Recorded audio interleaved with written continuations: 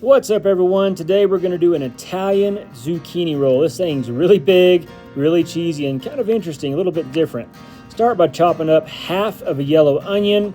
We're going to put down some pre-chopped mushrooms. I'm actually going to chop them up a little finer. You can buy finer chopped mushrooms if you want. This is what I had and I wanted to chop them up a little bit. This part, you're going to need zucchini and squash.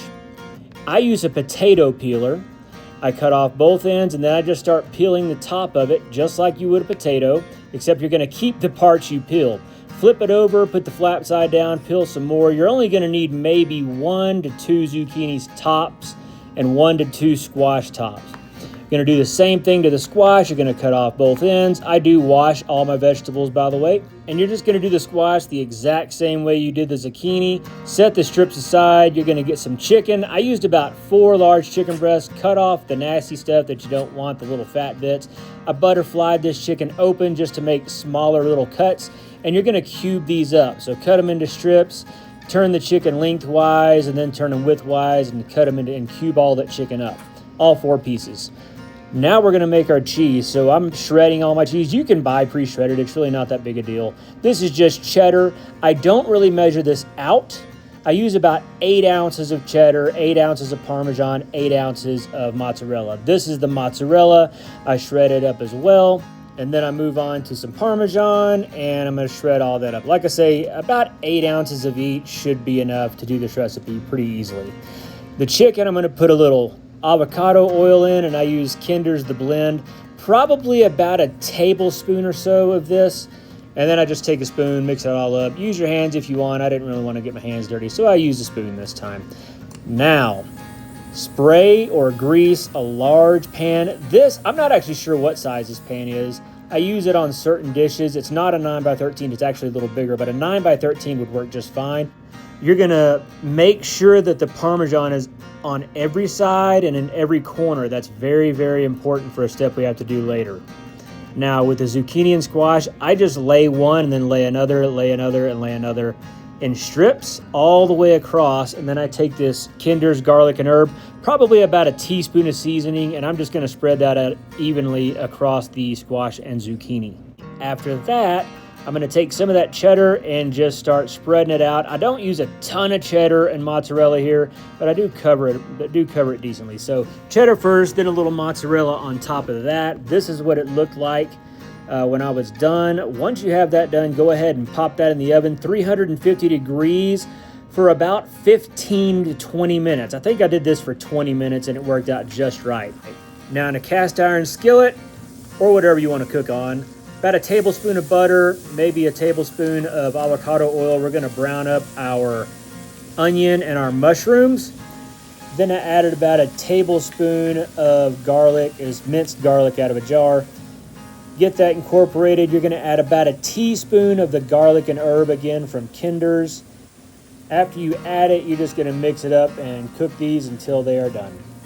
Once you have them cooked to your liking, go ahead and pull them off the heat and put them in a bowl or whatever you want to put them in. Put the pan back on the heat, add another tablespoon of butter and a little oil.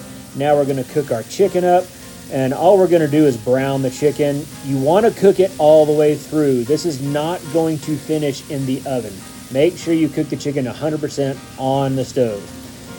Once you get the chicken cooked, this should be about done. So it's going to be bubbly. Again, this went about 20 minutes at 350.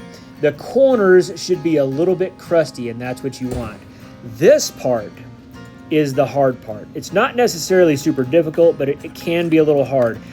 I use a metal spatula. This is actually just a griddle scraper. But I go all the way around the sides, all the way around the corner, and I want to separate the cheese from the pan. It should come up fairly simply. A couple of these edges gave me some trouble, but once you separate them, then you want to put all your stuff on them. Don't put all the chicken and toppings and whatever you're going to put on there and then try to separate it after the fact. That's going to be a nightmare. Do this step first. Trust me, it'll make it a whole lot easier. Next step, we are going to put all the stuff on here. This is marinara. I didn't measure this out. I just poured this on until I got a nice even coating across it. But you're going to put a little marinara. Then you're going to put your vegetables. So this is just the mushroom and onion we browned up earlier. This is just powdered Parmesan. Put however much you like, however little you like. There's really no measuring here. The main thing, this is the chicken. When you add this, spread it evenly because you're gonna have to roll this here in a second. I'm gonna show you how I do it. Again, make sure you have chicken and all your stuff to each side and in each corner. This is what mine looked like. It's pretty even. When you roll it, if it's uneven, you're gonna have one side of your roll that looks really thick and one side that's really thin. So that's the main reason. I used another metal spatula. This is just a griddle spatula. And I just take my time and roll it. I'm using my hand and the spatula. It can seem difficult. The first part's pretty simple. This is a massive roll.